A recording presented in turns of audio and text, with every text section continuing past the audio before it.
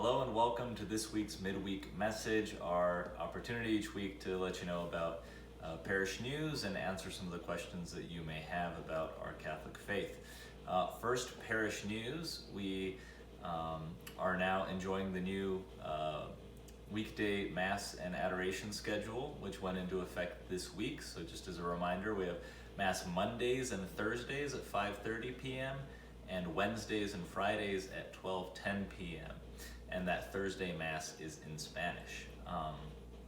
But a big bit of parish news is that the adoration hours are different than they were before. Before we had just the one day that you can come and adore the Lord pretty much any time on Friday. Now we've decided on Thursday afternoons and Friday mornings. So from noon to 5:15 p.m. on Thursdays and from 6:30 a.m. until noon on Fridays.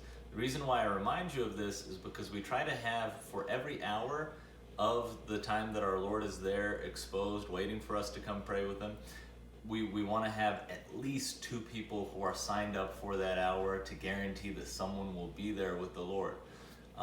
Right now we have at least a little bit of participation for all of the hours, except for 10 to 11 a.m. on Friday. So please, in these coming days, contact us, whether it be calling the office or sending a message through Facebook, Instagram, email, whatever it may be, if you might be free to spend that hour with our Lord from 10 to 11 on Fridays. But if any other time on that Thursday or that Friday works for you, please don't hesitate to commit to that hour so that we can know that someone will be with the Lord.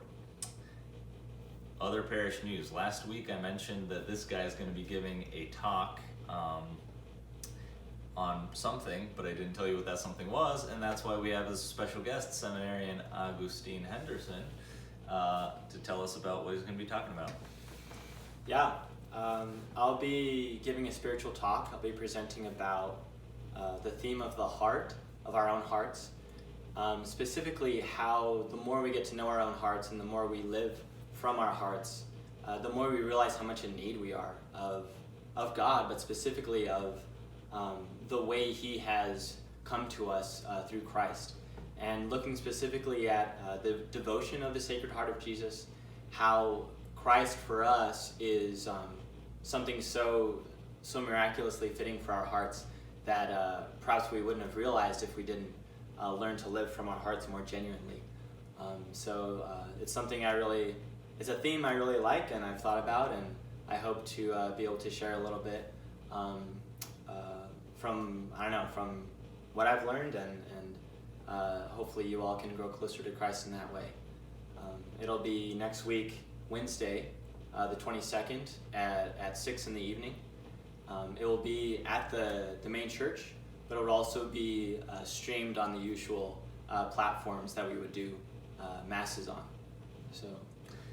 And since it is going to be connected with some prayer time right afterwards, and for any gathering that we have during this time, same rules apply as for Mass. And so when you're in the church building, masks on, 6 feet of separation between households. So look forward to having you all be able to enjoy it, whether online or in person. So that's it for parish news. In terms of questions, one question we got a few weeks ago that I still haven't answered is, can a divorced man become a priest or a divorced woman become a nun? Now there, the answer is yes and no.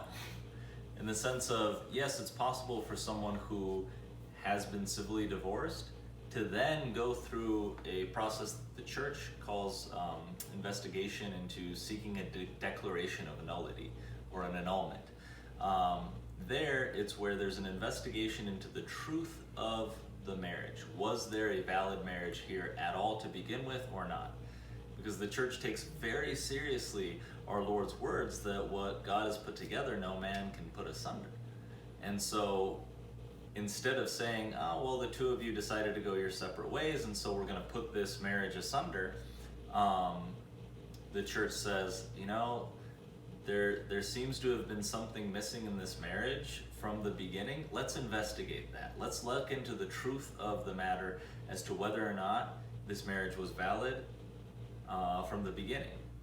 If the church, after this investigation, is able to determine, yeah, to the best of our knowledge, we see that A, B, and C were all lacking, and so this marriage was not in fact valid, then the person is free to enter into a subsequent marriage, or I guess a first marriage, or into the sacraments of holy orders, or the vow, or into religious vows.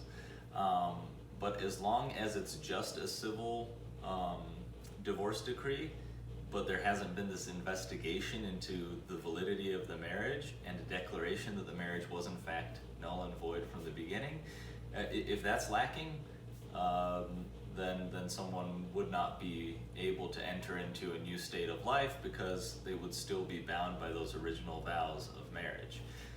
If you're thinking less in the hypothetical and more of like, well, Father, I was actually asking about myself, please don't hesitate to contact me. I would love to look into the situation with you and see if we can give you some clarity as to your situation and what God might be calling to you to moving forward. Anyway, that's it for this week. Very good to be with you all sort of virtually here in this way. Praying for you. Love you much. God bless. Bye-bye.